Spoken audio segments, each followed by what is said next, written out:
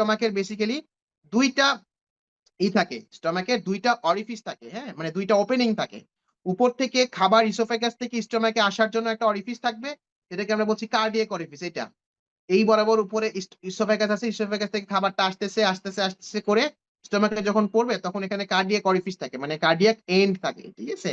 এবার এটাকে হার্টের সাথে কম্পেয়ার করো না বাবা, হার্ট আলাদা, কার্ডিয়াক শব্দটা থাকা মানে যে এটা হার্ট রিলেটেড তা না, ইট ইজ আ মিসনোমার, তোমাকে মনে রাখতে হবে, ঠিক আছে। তাহলে যেটা মনে রাখবে সেটা হচ্ছে উপরে থাকে কার্ডিয়াক অরিফিস, নিচে থাকে, এটা হচ্ছে কার্ডিয়াক অরিফিস উপরেরটা, এটা হচ্ছে কার্ডিয়াক অরিফিস, নিচে থাকে পাইলোরিক অরিফিস। এই বরাবর এই পাইলোরিক অরিফিস দিয়ে খাবারটা স্টমাক থেকে ডিউডেনামে আসে, ঠিক আছে। তো মনে রাখতে হবে এই কার্ডিয়াক অরিফিসটা অ্যানাটমিক্যাল কোনো অরিফিস না, এটা অ্যানাটমিক্যাল কোনো স্ফিংটার না, এটা ফিজিওলজিক্যাল স্ফিংটার। কিন্তু পাইলোরিক স্ফিংটারটা তোমার anatomical sphincter as well as physiological sphincter, ঠিক আছে। তার মানে cardiac orifice it functions as if it is a sphincter, but actually it is not a sphincter. কিন্তু pyloric sphincter it is both anatomically এটা sphincter আবার at the same time functionally এটা একটা sphincter, বুঝছো। যেমন বেসিক্যালি